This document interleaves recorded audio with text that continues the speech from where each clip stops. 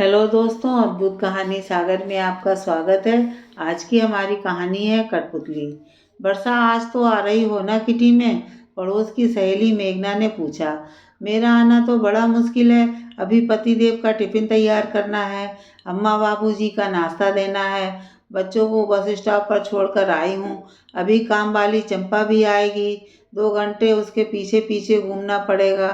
तुम्हें क्या बताऊँ, मेरी सास को उसका काम बिल्कुल पसंद नहीं है, इसलिए साथ में लगना पड़ता है। फिर लंच की तैयारी करूंगी। हमारे घर में ताजे पिसे मसाले ही पसंद आते हैं। लाल मिर्च पाउडर ख़त्म हो गया है, इसलिए आज मुझे मिर्ची भी पीसना है। कपड़े धोकर प्रेस करने हैं। फिर शाम की चाय नाश्ते की तैयारी करने लग जाऊंगी। सारा घर समेट कर बच्चों को ट्यूशन भेजूंगी।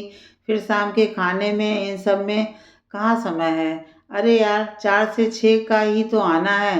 इन 2 घंटे तुम घर पर नहीं रहोगी तो कौन सी आफत आ जाएगी। अरे तुझे ये सब समझ में नहीं आएगा। संयुक्त परिवार में रहना जैसे उस कुओं में रहना है, जिसमें थोड़ा सा भी बाहर निकलने की कोशिश करो तो कोई ना कोई तुम्हारी टांग पकड़कर नीचे खींच लेगा। और मेरी हालत उस कुएं की मेढक जैसी ही है, जिसकी टांग दूसरे मेढक खींचते ही रहते हैं। और तू 2 घंटे की कह रही है, मेरे पास 2 मिनट का समय नहीं है। देख, 9 बजने को आए, चाय की एक घूंट नहीं उतरी मेरे गले में। भूख के मारे पेट में से आवाज़ आ रही है, मगर नहीं, अभी तो सबके पेट भरने हैं। चल, अब तेरी बातों तो कभी ख़त्म नहीं होंगी। मैं तुझे पैसे दे दूंगी और नहीं दे पाई तो तू दे देना अपने घर जल्दी। वर्षा के घर में उसके सास ससुर, 2 नंदे, एक शादीशुदा जिनका हर कभी आना जाना लगा रहता है, एक कुंवारी और एक देवर, देवरानी भी है। घर में 4 बच्चे हैं। घर की बड़ी बहू होने के कारण सारी जिम्मेदारी उसके ही नाजुक कंधों पर है। कहने को घर में और भी कई हाथ हैं, मगर सभी को सिर्फ उसी का काम अच्छा लगता है। बाकी सबके हाथों में तो काम के नाम पर मेहंदी लगी रहती है। वर्षा एक बहुत ही मिलनसार महिला है। उसके आस पड़ोस सभी से अच्छी जान पहचान है। अब सभी के बच्चे बड़े हो गए तो मोहल्ले की महिलाओं ने सोचा, क्यों ना अपने लिए भी कुछ वक्त निकाला जाए। ज़्यादा नहीं तो 2 घंटा, ताकि अपने दिल की बातें एक दूसरे से शेयर कर सकें, काम के अलावा भी कुछ हंसी मजाक कर सकें। तब पड़ोस में रहने वाली उसकी सहेली मेघना ने बड़ी मुश्किल से वर्षा को किटी पार्टी ज्वाइन करने के लिए मनाया था। लेकिन यह क्या, 5 किटी हो चुकी हैं। वर्षा उनका पैसा भी देती है, मगर काम के चक्रव्यूह में ऐसी फंसी है कि घर से निकल नहीं पाती। बहू किससे बातें कर रही थी? सास सुनंदा जी ने साड़ी का पल्लू संभालते हुए पूछा। माँ जी, मेघना थी, किटी में आने के लिए बोल रही थी। मैंने तो साफ इनकार कर दिया। अब मुझे यहाँ सांस लेने की फुर्सत नहीं है। माँ, 2 घंटे के लिए हंसी ठट्ठा करने कौन जाए। आज तो देवर जी भी आलू के पराठे खाने का बोल रहे हैं, उसके लिए भी आलू चढ़ाने हैं। आपका नाश्ता 5 मिनट में लेकर आते हैं। उसके घर चिंटू के हाथ पैसे भिजवा दूंगी, बोल रसोई में चली गई। पीछे से सुनंदा जी बोली, हाँ बहू, तूने बिल्कुल ठीक किया। मैंने तो तुझे पहले ही मना किया था, मगर तू ही आ गई थी उस पागल की बातों में। ये फालतू के शौक तेरे लिए थोड़ी ना बने हैं। एक कुटिल मुस्कान लिए बोली, क्योंकि वो भी नहीं चाहती थी कि वर्षा घर से कहीं बाहर जाए और 4 औरतों की बातों को सुन उसमें भी कुछ सोचने समझने की शक्ति या फिर अकल आए। चाय नाश्ता से निपटी ही थी कि बड़ी ननद गीता अपने बच्चों के साथ घर आ पहुंची। वर्षा भाभी, आज बहुत ठंड थी तो बच्चों की छुट्टी कर दी। सोचा नानी के घर घूम आऊं। आप जरा चाय और ब्रेड पकौड़ा बना दीजिए, बच्चों को भूख लगी है। मैं तैयार कर सीधा यहीं ले आई, बोल अपनी माँ के कमरे में चली गई।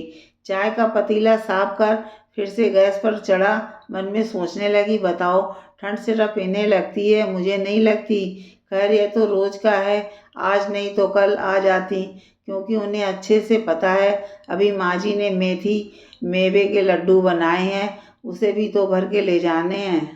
चाय पकौड़े देने कमरे की तरफ बढ़ी ही थी कि वहाँ से हंसी की आवाज़ें आ रही थीं। तभी गीता बोली, माँ वर्षा भाभी कितनी भोली हैं, उन्हें समझ में नहीं आता कि कुछ समय अपने लिए भी निकालना चाहिए। अब बताओ, एक किटी ज्वाइन की, वो भी कितनी मुश्किल से, उसमें भी नहीं जाती। और एक मैं हूँ, 4 किटी और एक क्लब ज्वाइन कर रखा है, तब भी कम लगता है। और साथ में घर, बच्चों, सास ननद के झंझट से भी मुक्ति मिल जाती है, वरना घर की बहू घर में मुफ्त की नौकरानी नजर आती है। अब छोटी भाभी को ही देख लो, कैसे दिन भर अपने आप को व्यस्त रखती हैं। काम तो अपने आप हो जाते हैं, खुद का ख्याल रखना भी तो जरूरी है। समय पर सोती हैं, समय पर उठती हैं, पार्लर, किटी, शॉपिंग सभी का शौक रखती हैं। अरे बेटा, तेरी और छोटी बहू की बात अलग है। तुम लोगों से घर के काम कहाँ संभाले जाते हैं। शुरू से ही राजकुमारियों की तरह रही हो, फिर एक काम करके अपने ये सुंदर नाखून थोड़ी ना घिसवा दोगी। सास सुनंदा जी बोली। अपनी सास की बात सुन, वर्षा को काटो तो खून नहीं। सोचने लगी, ऐसी दोगली मानसिकता। घर की बहू तो छोटी भी है, फिर उससे काम क्यों नहीं होता। इसलिए क्योंकि तुमने हर काम के लिए आगे बढ़ बढ़ कर अपना हुनर दिखाया, तो सास ने तुम्हें बेवकूफ़ समझ लिया। कोई तुम्हें नहीं रोक सकता, तुम खुद के लिए कदम नहीं उठा सकती। तुम कमज़ोर हो, इसलिए बहाने बनाती हो। तुम घर की टैलेंटेड नौकरानी हो और कुछ नहीं, जो अपने लिए कुछ नहीं कर सकती, बस दूसरों की सेवा करना। बात मानना ही उसका धर्म है। किसी कठपुतली से कम नहीं हो तुम। जिसने जैसा नचाया वैसा नाच लिया। पति ने बोला घर में रहो, बच्चे पालो। बच्चे कहते हैं हमारी हर ख्वाहिश पूरी करो। बड़े बूढ़े अपनी समस्या बताकर इमोशनली बेवकूफ़ बनाते हैं। छोटी बहू को कुछ नहीं आता, बोल सभी अपना काम निकलवाते हैं। और घर की बड़ी बहू को ना सोने का समय, ना आईने में अपनी शक्ल देखने का। वो तो बस घड़ी के कांटों के जैसे घूमती रहनी चाहिए। और इन सबके कारण अपनी शौक चाहतों की बलि चढ़ा चुकी हो। हाँ, ऐसा ही कुछ सहेली मेघना ने भी उससे कहा था, मगर उसने मजाक समझ लिया था। वर्षा बहू, कितनी देर हो गई, मेरी बेटी को भूख लगी है, जल्दी चाय नाश्ता लेकर आओ। तुरंत वर्षा कमरे में प्रवेश करती है, खाने की ट्रे रखते हुए बोली, माँ जी मैं 4 से 6 बाहर जा रही हूँ। आपको बताया था ना किटी है, मगर बहू तुमने तो मना कर दिया था, फिर अचानक। हाँ, सोचा पैसे तो देती हूँ, एक बार जाकर देखूँ। मेघना हर बार बोलती है, मुझे भी रोज के कामों से कुछ अलग करने को मिलेगा। भाभी, शौक आपके बस की बात कहाँ। आप जैसी महिलाएं तो सिर्फ चूल्हा चौका के लिए बनी है। किटी में जाकर आपका सिर्फ समय ही बर्बाद होगा, क्योंकि आपको तो कुछ आता जाता है नहीं। मजाक उड़ाते हुए ननद गीता ने कहा, क्यों, मैं क्यों किटी में नहीं जा सकती, जब आप 4 किटी में जा सकती हैं। छोटी पार्लर, शॉपिंग, घूमने, किटी, क्लब सब में जा सकती है, फिर मैं क्यों नहीं जा सकती। अरे भाभी, आप तो बुरा मान गई। मुझे लगा आपको बहुत काम रहते हैं ना घर में, आपको कहाँ फुर्सत है। हकलाते हुए बोली, जी आप मेरी चिंता नहीं करें तो अच्छा है। मैंने हमेशा अपने परिवार को प्राथमिकता दी, मगर शौक पूरे करने की कोई उम्र थोड़ी ना होती है। और फिर घर कोई भाग थोड़ी ना जा रहा है, लौट कर संभाल लूँगी। और फिर आप और माँ जी तो घर पर हैं, रात का खाना बना लीजिएगा, क्योंकि मैं तो वहीं खा लूँगी। और फिर आपके भाई साहब सुमित ने भी कितनी बार कहा है, माँ के हाथ के खाने की बात ही कुछ और थी। तो आज माँ जी आप ही खाना बना दीजिए और अपने बेटा बेटी, नाती पोता पोती सबको खिलाइएगा, ताकि वो भी अपनी माँ को ताने मार सकें कि हमारी दादी नानी यानी कि आपसे बेहतर रसोई कोई पका ही नहीं सकता।